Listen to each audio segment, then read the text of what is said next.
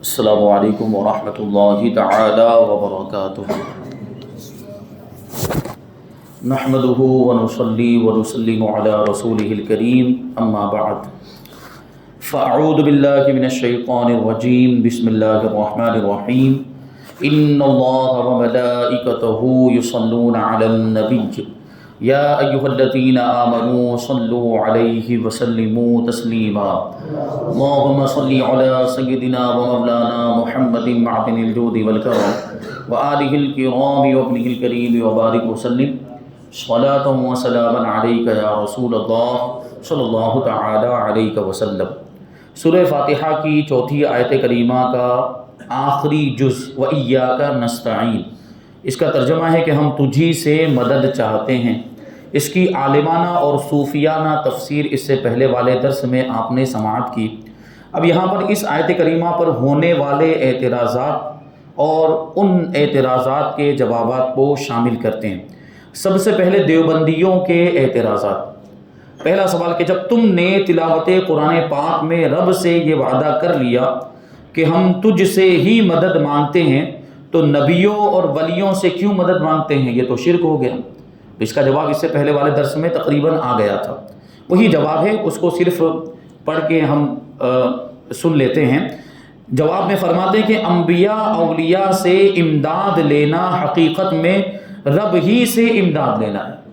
اولیاء اکرام سے مدد مانگنا اور ولیوں سے مدد مانگنا یہ حقیقت میں رب سے ہی مدد مانگنا ہے، کیونکہ ان کو مدد کرنے کی طاقت اللہ ہی نے عطا فرمائی، تو ان کی مدد اللہ کی مدد ہے، کیونکہ اس کی امداد اللہ تبارک و تعالیٰ کی امداد دو طرح کی ہے، بالواسطہ اور بلا واسطہ، ڈائریکٹ اور انڈائریکٹ۔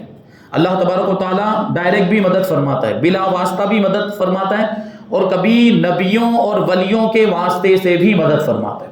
دونوں طریقے سے اللہ تبارک و تعالیٰ قادر مطلق ہے، وہ جس طرح چاہے مدد فرمائے۔ تو کبھی وہ ڈائریکٹ مدد فرماتا ہے، بلا واسطہ مدد فرماتا ہے، اور کبھی محبوب بندوں کے واسطے اور وسیلے سے مدد فرماتا ہے۔ تو یہ دو طرح کی مدد ہوئی۔ اللہ کے بندوں کی مدد رب ہی کے فیضان کا واسطہ ہے۔ اللہ کے نیک بندے جو مدد کرتے ہیں وہ اللہ ہی کی طرف سے ہوتی ہے، اللہ ہی کا فیضان ہوتا ہے۔ قرآن کریم نے غیر خدا سے مدد لینے کا خود حکم فرمایا۔ اللہ کے سوا جتنی بھی چیزیں اس کو غیر اللہ کہتے ہیں۔ جیسے اللہ تعالیٰ ارشاد فرماتا ہے استعینوا بالصبر والصلاۃ، اے ایمان والو صبر اور نماز سے مدد طلب کرو، استعانت کرو۔ تو صبر اور نماز یہ خدا ہے؟ غیر خدا ہے۔ صبر اور نماز بھی غیر اللہ ہیں۔ نیز فرماتا ہے ان تنصروا اللہ ینصرکم، اے ایمان والو اگر تم اللہ کے دین کی مدد کرو گے تو اللہ تعالیٰ تمہاری مدد کرے گا۔ اب سوچنے جیسی بات ہے کہ اللہ تبارک و تعالیٰ تو غنی ہے، اللہ تبارک و تعالیٰ تو بے نیاز ہے، اس کو تو کسی کی مدد کی ضرورت نہیں ہے، تو رب تبارک و تعالیٰ بے نیاز ہونے کے باوجود خود مدد طلب کر رہا ہے۔ یہ ایسا ہونا ہے اگر تم اللہ کے دین کی مدد کرو گے تو اللہ تمہاری مدد کرے گا۔ تو اگر ہم محتاج بندے کسی بندے سے مدد مانگے تو اس میں کیا برائی ہے؟ نیز حضرت ذوالقرنین کا قول قرآن مجید میں نقل فرمایا ہے۔ اللہ تبارک و تعالیٰ ارشاد فرماتا ہے اعینونی بقوہ، کہ میری مدد کرو، اے لوگو تم میری مدد کرو اپنی قوت کے ذریعے سے، اپنی افرادی قوت کے ذریعے سے میری مدد کرو۔ حضرت ذوالقرنین کا قول یہ قرآن مجید کے اندر ذکر ہے۔ تو اگر لوگوں سے مدد مانگنا شرک ہوتا تو معاذ اللہ حضرت ذوالقرنین بھی مشرک ہو گئے، جبکہ ان کو اللہ کا ولی کہا گیا، حضرت ذوالقرنین کو۔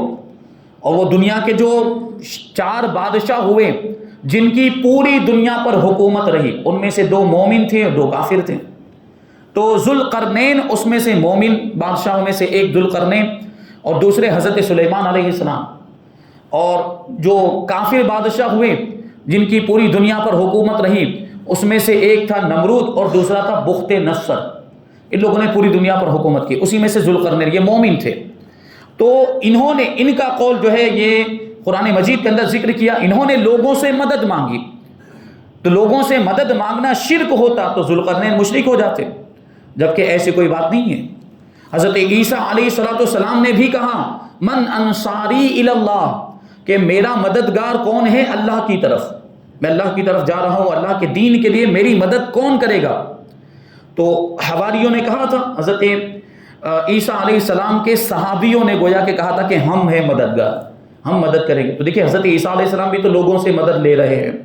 قرآن کریم نے فرمایا وَتَعَاوَنُوا عَلَى الْبِرِّ وَالتَّقْوَىٰ، یعنی ایک دوسرے کی مدد کرو بھلائی اور پرہیزگاری میں، بھلائی اور پرہیزگاری میں، نیک کاموں میں ایک دوسرے کی مدد کرو۔ تو یہاں پر بھی تو ایک دوسرے سے مدد لینے کا حکم دیا جا رہا ہے، اور یہ سب جن سے بھی مدد لینے کا حکم دیا جا رہا ہے وہ سب غیر اللہ ہیں، غیر خدا ہیں۔ غرض ہے کہ قرآن کریم نے جگہ جگہ غیر خدا سے مدد لینے کا حکم فرمایا۔ صحابہ کرام کی ایک جماعت کا نام ہی ہے انصار، وہ صحابہ کرام جو مدینہ منورہ کے رہنے والے تھے، اور وہ مسلمان، وہ صحابہ جو ہجرت کر کے مدینہ منورہ تشریف لائے، ان کو مہاجرین کہا جاتا ہے۔ اور یہ صحابہ جو مدینہ منورہ کے رہنے والے تھے، انہوں نے مہاجرین صحابہ کی مدد فرمائی، اپنے گھر میں بھی حصہ دے دیا، اپنے کاروبار میں بھی حصہ دے دیا۔ یہاں تک روایتوں میں آیا کہ کسی انصاری صحابی کی 2 بیویاں تھیں، تو ایک بیوی کو طلاق دے کر ایک مہاجر صحابی کے نکاح میں دے دی۔ یہ جانثاری کا ثبوت دیا، قربانی اور ایثار کا ثبوت انہوں نے دیا تھا۔ اسی وجہ سے ان صحابہ کرام کو انصار کہا جاتا ہے، اور انصار کا مطلب ہی ہوتا ہے مدد کرنے والے۔ تو اگر یہ شرک ہوتا، دوسروں سے مدد لینا، غیر اللہ سے مدد لینا شرک ہوتا، تو پھر سارے مہاجرین صحابہ مشرک ہو گئے، اس کا مطلب تو یہ ہوتا۔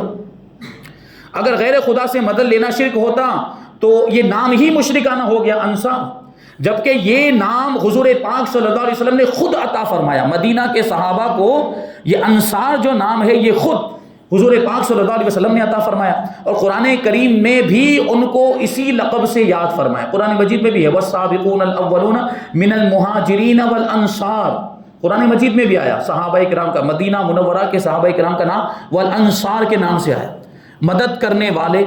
تو یہ لوگوں میں سے ہی ہوئے، یہ بھی تو غیر اللہ ہوئے۔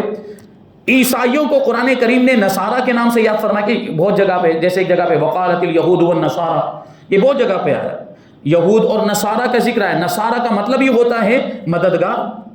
اگر وہ احادیث اور فقہی عبارتیں جمع کی جائیں جن میں غیر خدا سے مدد لینے کا حکم ہے، تو اس کے لیے دفتر درکار ہیں، بہت ساری آیتیں ہیں، اور بہت ساری حدیثوں میں بھی غیر اللہ سے مدد مانگنے کا ذکر ہے۔ اور اس تعلق سے مصنف علیہ رحمٰن نے اپنی دوسری کتاب جس کا نام ہے جعل حق، بڑی تفصیل سے وہاں پر بیان کیا ہے۔ نیز خود دیوبندی، جو جن کا یہ اعتراض ہے، وہابیوں کا اعتراض ہے، خود دیوبندی اپنی ہزارہ مصیبتوں میں پولیس کچہری، حکومت کے ڈاک خانے وغیرہ سے مدد لیتے ہیں۔ پولیس سے مدد لیتے ہیں کہ نہیں؟ جب کوئی مصیبت آ جاتی ہے، جب کوئی معاملہ ہو جاتا ہے، چوری ڈاکہ یا کچھ ایسا کچھ معاملہ ہو جاتا ہے، تو پولیس کو پکارتے کہ نہیں پکارتے؟ ہم یا غوث المدد بولے تو ہم مشرک، اور وہ یا پولیس المدد بولے تو وہ پکے مومن ہے کہ نہیں؟ یہی بات ہے۔ تو یا غوث یعنی غوث پاک سے مدد لینا اگر شرک ہے، تو پھر پولیس سے مدد لینا بھی تو شرک ہونا چاہیے کہ نہیں؟ ٹھیک ہے، ڈاک کھانے والوں سے مدد لینا بھی شرک ہونا چاہیے۔ تو یہ بات آ جاتی ہے، دوگلا پنا اس کو کہیں گے۔ تو بہرحال یہ مسلمانوں کو مشرک بنانے اور کافر بنانے کی زبردستی کی باتیں ہیں۔ ان میں سے تو پھر کوئی مسلمان ہی لے لے گا، دیوبندیوں میں سے بھی ایک شعر ہے کہ تیری اٹکے تو وکیلوں سے کرے امداد، یعنی تیرا معاملہ اٹکے تو وکیلوں سے مدد مانگے، تیری اٹکے تو وکیلوں سے کرے امداد، یا رسول اللہ سے بگڑتی ہے طبیعت تیری، یعنی ہم یا رسول اللہ کہیں تو اس کی طبیعت خراب ہو جاتی ہے، اس کو برا، پیٹ میں درد ہونے لگتا ہے۔ اور یہ وکیلوں سے مدد مانگنے جائے تب کچھ نہیں، یہ پولیس والوں سے مدد مانگنے جائے تب کچھ نہیں، وہ غیر اللہ نہیں ہے، وہ غیر خدا نہیں ہے۔ اگر یا رسول اللہ کہنا شرک ہے تو پھر پولیس سے مدد لینا بھی شرک ہونا چاہیے۔ مدرسہ دیوبند لوگوں کی مدد ہی سے تو چل رہا ہے، اگر غیر اللہ سے مدد لینا شرک ہے تو مدرسہ دیوبند بھی ان کو بند کر دینا چاہیے، لوگوں کے چندے سے تو چلتا ہے وہ دیوبند کا مدرسہ، دارالعلوم دیوبند۔ نیز انسان پیدائش سے لے کر قبر تک بندوں کی مدد کا محتاج ہے۔ دائی کی مدد سے پیدا ہوا، اب ڈاکٹروں کی مدد سے پیدا ہوتا ہے، ماں باپ کی مدد سے پرورش پائی، طبیب اور ڈاکٹر کی مدد سے بیمار ہوا تو شفا پاتا ہے، مالداروں کی مدد سے زندگی گزاری، استاذ پیر کی مدد سے ایمان ملا، قرابت اور رشتہ داروں کی مدد سے نزا کے وقت کلمہ نصیب ہوا، اور مسلمان بھائیوں کی مدد سے غسل و کفن دفن نصیب ہوا، اور پھر مسلمانوں کی مدد سے قبر میں ثواب پہنچتا رہا۔ اب کوئی کس منہ سے کہہ سکتا ہے کہ غیر خدا سے مدد لینا شرک ہے؟ پوری زندگی تو مدد ہی لے رہا ہے وہ غیر اللہ سے، تو مشرک، ہر کوئی مشرک ہو جائے گا ایسے تو۔ جہاں مدد کو خدا کے ساتھ خاص کیا گیا ہے وہ حقیقی مدد مراد ہے، اور جہاں غیر خدا سے مدد لینے کا حکم دیا گیا ہے وہاں بالواسطہ مدد مراد ہے، وسیلے والی مدد مراد ہے۔ لہٰذا تمام آیتیں اور احادیث آپس میں مطابق ہو گئی. کہیں ایسا بھی آپ کو ملے گا کہ اللہ ہی سے مدد مانگو، جیسے اس آیت کریمہ کے اندر بھی ہے کہ ہم اللہ ہی سے مدد مانگتے، ہم تجھی سے مدد مانگتے، تو اس کا مطلب کیا ہے کہ حقیقت میں مدد کرنے والی ذات اے پروردگار تیری ہی ہے.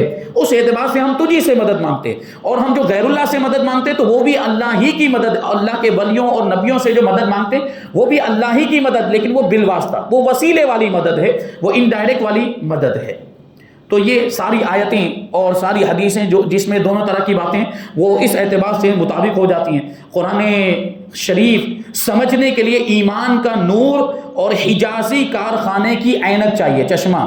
اگر نجدی چشمہ لگا لیا، یہ دیوبند کا چشمہ لگا لیا، تو جو کچھ پہلے سے سمجھ ہے وہ بھی ختم ہو جائے گی. جو رہی صحیح سمجھ ہے وہ بھی، بلکہ وہ چشمہ تو آنکھ ہی پھوڑ دے گا. نجدی چشمہ اگر خدا نخواستہ آپ نے لگا لیا، وہابیت والا چشمہ لگا لیا، تو یہ معاملہ ہوگا. اگر قرآن کو سمجھنا ہے تو ایمانی نور کا چشمہ لگانا ہوگا اور مدینہ منورہ کا چشمہ لگانا ہوگا. نور ایمان چاہیے. اور یہ اس طرح جو ہے کہ علماء اہل سنت سے جڑیں گے تو انشاءاللہ ساری باتیں سمجھ میں آئیں گی. دوسرا سوال، زندوں سے مدد مانگنا تو جائز ہے. جیسے ابھی جو یہ بات کہی نا میں نے کہ پولیس سے مدد کیوں مانگتے ہیں، وکیلوں سے مدد کیوں مانگتے ہیں، تو اس پر یہ لوگ کہتے ہیں کہ ہاں زندوں سے مدد مانگنا جائز ہے، مردوں سے مدد مانگنا جائز نہیں ہے. وہ یوں کہتے ہیں جو دنیا سے چلے گئے، جو پردہ کر گئے، ان سے مدد مانگنے کے بارے میں ہم کہتے ہیں، یہ دیوبندی، کہ وہ شرک ہے. تو یہ سوال ہے، زندوں سے مدد مانگنا تو جائز ہے مگر مرے ہوں سے مدد لینا بالکل شرک ہے. یہ لوگوں نے اپنی طرف سے یہ مطلب گڑھا ہے، اپنی طرف سے یہ فرضی بات انہوں نے بنا لی ہے. خدا کے سوا نہ زندہ کی. اچھا دیکھیں اب اس کا جواب ہم دیتے ہیں. جواب، انہوں نے کیا کہا کہ زندوں سے مدد مانگنا جائز ہے، مردوں سے مدد مانگنا شرک ہے. ایک پہلا جواب، اس آیت میں زندہ اور مردہ کا کوئی فرق نہیں کیا گیا. اس آیت کریمہ میں ایسا کوئی ہے کہ دیکھیں فرمایا جیسے ایاک نعبدو میں عبادت کو اللہ کے ساتھ خاص کیا گیا کہ اللہ کے سوا نہ زندہ کی عبادت جائز نہ مردہ کی عبادت جائز. اسی طریقے ایاک نستعین میں بھی ہونا چاہیے، ایاک نستعین میں بھی، یعنی زندہ اور مردہ کا کوئی فرق نہیں ہے. دوسرا جواب، مدد لینا دو طرح کا ہوتا ہے، جسم سے اور روح سے. کسی سے کہنا پانی پلا دو، روٹی پکا دو وغیرہ، یہ جسم کی مدد ہے. اور کسی اللہ والے سے عرض کرنا کہ ہماری بگڑی بنا دو، بارگاہ الہی میں عرض کر کے بچہ دلا دو، ہمیں جنت دلا دو، جیسے کہ صحابہ کرام حضور صلی اللہ علیہ وسلم سے عرض کیا کرتے تھے. دوزخ سے بچا لو، حق سے ملا دو، یہ سب روحانی مددیں ہیں. مرنے سے صرف بعض لوگوں کا جسم بیکار ہو جاتا ہے، روح کی طاقتیں تو اور بڑھ جاتی ہیں، عام انسانوں کی بھی روحانی طاقت بڑھ جاتی ہے. میت قبر میں اوپر کے سارے حالات دیکھتی ہے. قبر کے اندر رہتے ہوئے کون اس کی قبر پر آتا ہے، کون کیا پڑھتا ہے، کیا ایصال ثواب کرتا ہے، وہ سارا قبر والوں کو پتہ چلتا ہے. اور اس میں مومن اور کافر کا بھی فرق نہیں، کافر کو بھی پتہ چلتا ہے کہ کون اس کی قبر پر آیا. جب کافر کو پتہ ہے، کافر کی یہ طاقت ہے مرنے کے بعد، تو مومن کی طاقت کا عالم کیا ہوگا. عام مومن اس کی روحانی طاقت بڑھا دی جاتی ہے. تو وہ مومن جو مومنین کاملین میں شمار ہوتے ہیں، یعنی اللہ کے ولی، ان کی روحانی طاقت کا عالم کیا ہوگا. وہ ضرور ہماری فریاد کو سنتے ہیں اور ضرور ہماری مدد بھی کرتے ہیں. تو یہ کہتے ہیں کہ میت قبر میں سے اوپر کے حالات دیکھتی ہے اور ہلکی سی آوازیں بھی سنتی ہے. تو جو روح اپنی زندگی میں روحانی امداد کر سکتی ہے، بعد وفات بدرجہ اولا مدد کر سکے گی. نیز دیکھو شب معراج میں حضرت موسیٰ علیہ السلام نے مسلمانوں کی مدد کی کہ 50 نمازوں کی جگہ پہ 5 کرا دی. پہلے کتنی نمازیں فرض ہوئی تھی؟ 50 نمازیں فرض ہوئی تھی. لیکن حضرت موسیٰ علیہ السلام نے حضور کی بارگاہ میں عرض کیا کہ یا رسول اللہ، میں نے اپنی قوم کا تجربہ کر کے دیکھا ہے، میں نے اپنی امت کا تجربہ کر کے دیکھا، وہ اتنی ساری عبادت نہیں کر پائیں گے، یعنی 50 وقت کی نمازیں آپ کی امت نہیں پڑھ پائے گی. تو حضور پاک صلی اللہ علیہ وسلم گئے آئے، 5 کم ہوتی رہی، یہاں تک کہ آخر میں کتنی بچ گئی؟ 5 نمازیں بچ گئیں. اور اللہ تبارک و تعالیٰ نے اس وقت بھی ارشاد فرمایا کہ ہماری بارگاہ میں باتیں تبدیل نہیں ہوتی، لا تبدیل لکلمات اللہ، ہماری بارگاہ میں باتیں تبدیل نہیں. 5 کہہ دیا گیا تو اب اگرچہ 50 کہہ دیا گیا، اب اگرچہ 5 پڑھیں گے لیکن ثواب ان کو 50 ہی کا ملے گا. تو یہ حضرت موسیٰ علیہ السلام، اب سوچیں آپ، یہ حضرت موسیٰ علیہ السلام نے پوری امت محمدیہ کی مدد کی کہ نہیں کی؟ یہ مدد ہوئی کہ نہیں؟ حضرت موسیٰ علیہ السلام خدا ہیں؟ نہیں، وہ بھی غیر اللہ ہیں. اور حضرت موسیٰ علیہ السلام نے کیا یہ اپنی زندگی میں مدد کی؟ حضرت موسیٰ علیہ السلام کو وفات پائے تو ہزاروں سال کا زمانہ گزر گیا، اور حضور معراج کے واقعے میں تشریف لے کر وہاں آسمان پر ملاقات ہوئی، تب یہ مدد فرمائی ہے. تو وفات پانے کے بعد ہی مدد فرمائی ہے. تو پتا چلا کہ وفات کے بعد بھی اللہ کے نیک بندے محبوب بندے مدد کرتے ہیں. حضرت موسیٰ علیہ السلام نے جس طریقے سے کی، فرماتے ہیں کہ یہ مدد موسیٰ علیہ السلام نے اپنی وفات سے تقریباً 3000 سال کے بعد کی. اب بھی حضور کے نام کی مدد سے کافر مومن بنتے ہیں. آج بھی کوئی حضور کا نام دل سے لے اور حضور پاک صلی اللہ علیہ وسلم کو پکارے تو توفیق مل جاتی ہے اور ہدایت کا چراغ روشن ہو جاتا ہے. بہت سے ایسے واقعات ہم نے سنے ہیں. موسیٰ اور ہارون علیہ السلام کے تبرکات کی مدد سے بنی اسرائیل نے جالوت پر فتح پائی. یہ بہت بڑا واقعہ ہے. حضرت موسیٰ علیہ السلام اور حضرت ہارون علیہ السلام نے ان کے تبرکات وہ تابوت سکینہ کے اندر رکھے ہوئے تھے. ایک بہت بڑا صندوق تھا، اس کے اندر وہ حضرت موسیٰ علیہ السلام کے تبرکات اور حضرت ہارون کے تبرکات اور وہ توریت کی تختی جو جس میں توریت لکھی ہوئی تھی، اس تختی کے کچھ ٹکڑے بھی اس میں رکھے ہوئے تھے. اور انہی تبرکات کی برکت سے بنی اسرائیل نے جالوت، بڑا وہ ظالم و جابر بادشاہ تھا، اس پر ہم لوگوں نے فتح پائی. وہ واقعہ کبھی کسی موقع پر ہم بیان کریں گے، بڑا تفصیلی واقعہ ہے. تو اس میں دیکھیں ایک تابوت کی مدد سے وہ فتح پا رہے ہیں. ایک تابوت کی مدد سے، وہ تابوت تو سوچیں آپ جس میں صرف تبرکات رکھے ہوئے ہیں، اور یہی تبرکات کی اصل بھی ہیں. تبرکات جو ہم منہ مبارک کی زیارت کرتے ہیں، حضور کے تبرکات کی زیارت کرتے ہیں، تو یہ سب چیزیں یقیناً برکت والی، اور تبرک کا مطلب ہی ہوتا ہے برکت حاصل کرنا، اور اسی سے ہے تبرکات. تو بہرحال دیکھیں حضرت موسیٰ اور ہارون کے تبرکات کی مدد سے بنی اسرائیل نے جالوت پر فتح پائی. رب فرماتا ہے فیہ بقیۃ مما ترک آل موسیٰ و آل ہارون، کہ اس تابوت کے اندر، اس صندوق کے اندر حضرت موسیٰ علیہ السلام اور حضرت ہارون علیہ السلام کے چھوڑے ہوئے کچھ تبرکات تھے. حضور کی وفات کے بعد صحابہ کرام رضی اللہ تعالیٰ عنہم کے صحابہ کرام رضی اللہ تعالیٰ عنہم حضور پاک صلی اللہ علیہ وسلم کے لباس و بال کو دھو کر شفا کے لیے پیتے تھے. حضرت ام سلمہ کا واقعہ آپ نے سنا ہے. حضرت ام سلمہ کے پاس حضور پاک صلی اللہ علیہ وسلم کی ایک پوری زلف مبارک تھی، یعنی ایک پوری وہ لٹ حضور پاک صلی اللہ علیہ وسلم کی مبارک بال کی، وہ حضرت بی بی ام سلمہ کے پاس تھی. اور جب آپ کے پاس کوئی بیمار لایا جاتا تو پانی میں ایسے گھما کر، وہ حضور پاک صلی اللہ علیہ وسلم کی زلف مبارک کو پانی میں ایسے گھما کر وہ بیمار کو پینے کے لیے دے دیتی. وہ بیمار پیتا، وہ شفا یاب ہو جاتا تھا، اس کی بیماری دور ہو جاتی تھی. اب یہ بتاؤ، یہ حضور کے بال مبارک سے مدد لینا ہوا کہ نہیں؟ یہ صحابہ کا عمل ہے، صحابہ اور صحابیات کا عمل ہے. وہ جو شعر ہم سنتے ہیں، گھماتی ام سلمہ پانی میں منہ مبارک کو، گھماتی ام سلمہ پانی میں منہ مبارک کو، مریضوں کو شفا دیتے میرے سرکار کے گیسو. یہ تبرکات پر تو میں نے 5 جمعہ تک تقریر کی ہے، 5 جمعہ تک بیان کیا ہے مورچہ مسجد میں، لیکن آپ لوگ محروم ہیں. آپ یوٹیوب پہ جا کر اس کو سن سکتے ہیں، بڑی تفصیل کے ساتھ بیان کیا ہے. اس میں بہت سارے واقعات ایسے صحابہ کے بھی، تابعین کے بھی، بزرگان دین کے بعد کے لوگوں کے بھی واقعات، کہ تبرکات سے کیسی کیسی برکتیں حاصل ہوتی ہے، اس میں پوری تفصیل سے آپ سن سکتے ہیں. دیوبندیوں کے بزرگوں اور عام اولیاء اللہ نے بھی حضور صلی اللہ علیہ وسلم سے ہمیشہ مدد مانگی ہے اور مدد مانگنے کو جائز رکھا ہے. چنانچہ مولوی محمود حسن دیوبندیوں کا شیخ الحدیث، شیخ الہند، یہ اپنے ترجمہ قرآن میں جس کے 4 پاروں کا ترجمہ اس نے کیا ہے، اور باقی مولوی شبیر احمد نے کیا ہے، ایاک نستعین کے تحت وہ خود لکھتا ہے کہ ہاں اگر کسی مقبول بندے کو واسطہ رحمت الہی اور غیر مستقل سمجھ کر استعانت ظاہری اس سے کرے تو یہ جائز ہے.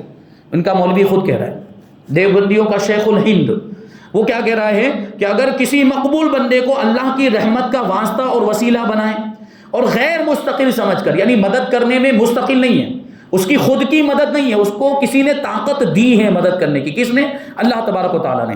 تو یہ ہوا غیر مستقل کا مطلب. وہ غیر مستقل ہم وہی سمجھتے ہیں، ہم کسی بھی اللہ کے نبی کو، ولی کو مدد کرنے میں مستقل بالذات نہیں سمجھتے کہ وہ جو بھی مدد کر رہے ہیں وہ اپنی طرف سے کر رہے ہیں، وہ بذات خود کر رہے ہیں. ہمارا یہ عقیدہ ہرگز نہیں ہے. ہمارا کیا عقیدہ ہے کہ اللہ نے ان کو دی ہے طاقت، اور اللہ کی دی ہوئی طاقت سے وہ مدد کر رہے ہیں. تو یہ غیر مستقل ہے.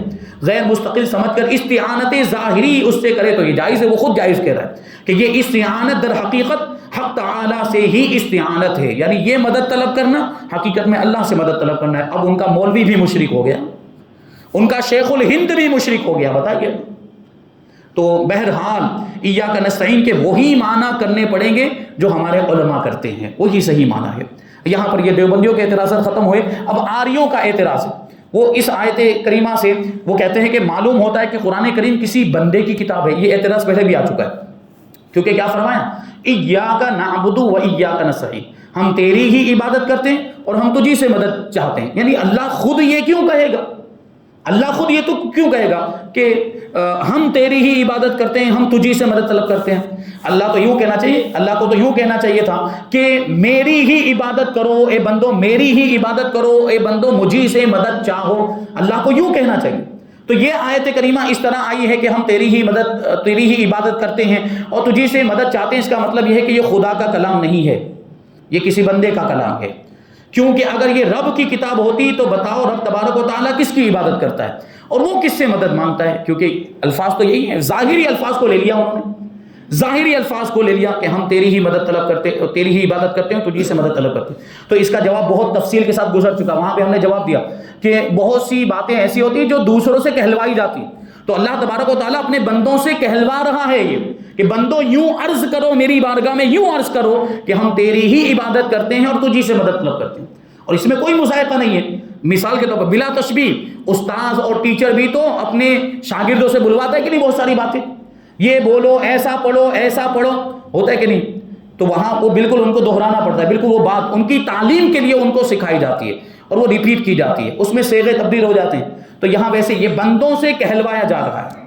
کہتے ہیں ایک بار بابا خلیل داس بنارسی سے ایک آریہ نے یہی اعتراض کیا تھا، بابا خلیل داس، تو انہوں نے وہی جواب دیا جو ہم پہلے عرض کر چکے ہیں، اور پھر فرمایا کہ اگر کہیں وید سے ثابت کر دو کہ یہ وید اللہ کا کلام ہے تو تم کو 1000 روپیہ انعام دیا جائے گا۔ دیکھیے ایک جواب ہوتا ہے تحقیقی جواب، ہم حوالوں کی روشنی میں جواب دیتے ہیں، اور کبھی ایک جواب ہوتا ہے الزامی جواب، یعنی سامنے سے پلٹ کر اس پر ایسا سوال کر دیا جائے کہ وہ خاموش ہو جائے، اس کو کہتے ہیں الزامی جواب۔ تو انہوں نے تحقیقی جواب تو دیا لیکن ساتھ میں الزامی جواب بھی دیا۔ وید ان کی مذہبی کتاب ہے، آریوں کی اور ہندوؤں کی، غیر مسلموں کی مذہبی کتاب ہے، تو اس کے بارے میں حضرت بابا خلیل نے پوچھ لیا کہ اگر کہیں سے تم یہ ثابت کر دو کہ یہ وید اللہ کا کلام ہے تو تم کو 1000 روپے انعام دوں گا۔ یہ بہت سال پہلے کی بات، 1000 اس زمانے میں بہت ہی زیادہ مانے جاتے تھے۔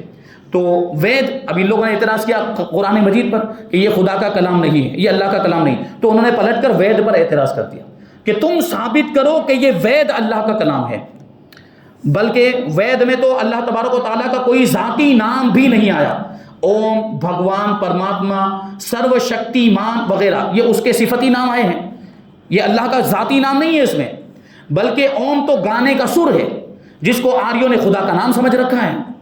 قرآن کریم نے تو صاف فرمایا تنزیل من رب العالمین، کہ یہ قرآن مجید خدا کی طرف سے نازل ہوا ہے۔ قرآن خود گواہی دے رہا ہے، اپنے خدا کی طرف سے ہونے پر قرآن خود گواہی دے رہا ہے تنزیل من رب العالمین، کہ یہ رب العالمین کی طرف سے نازل ہوا ہے، یہ خدا کا کلام ہے، یہ اللہ کی کتاب ہے۔ قرآن میں تو خود گواہی موجود ہے، اور قرآن میں تو اللہ کا ذاتی نام بھی موجود اور اللہ کے صفاتی نام بھی موجود ہیں، یعنی قرآن خدا کی طرف سے اترا ہے۔ آؤ میں تم کو دکھاؤں کہ وید بنانے والا کون ہے، یہ بابا خلیل کہتے ہیں۔ اب اس کو سامنے سے جواب دے رہے ہیں، اس کے پاس تو اس کا کوئی جواب نہیں تھا، وہ اس بات کو ثابت نہیں کر سکا کہ وید خدا کا کلام ہے، وید یہ خدا کی طرف سے آئی ہے، وہ اس بات کو ثابت نہیں کر سکا۔ تو بابا خلیل کیا کہتے ہیں، میں تجھے بتاتا ہوں کہ وید کس نے بنائی ہے اور وید بنانے والا کون ہے۔ چنانچہ انہوں نے یجر وید کا ایک منتر پڑھا۔ دیکھو پرانے علماء دیکھے کتنے بڑے مطلب وہ عالم ہوتے تھے اور ان کا علم کتنا وسیع ہوتا تھا، وہ غیروں کی کتابوں کا بھی مطالعہ کرتے تھے، انہوں نے یجر وید بھی پڑھی ہوگی تب تو ان کو یہ منتر ملا۔ تو یجر وید کا ایک منتر انہوں نے پڑھا جس کا ترجمہ یہ بتایا کہ اے بھگوان، میں اس منتر کا بنانے والا ہوں، میرا نام گوتم ہے اور تو مجھے توفیق دے کہ میں اس کام کو پورا کروں۔ دیکھو وید خود کہہ رہی ہے، وید یہ صاف کہہ رہا ہے کہ یہ بندوں کا بنایا، وہ گوتم کا بنایا ہوا ہے۔ اس پر وہ آریہ خاموش ہو گیا، اس کے پاس کوئی جواب نہ بن سکا۔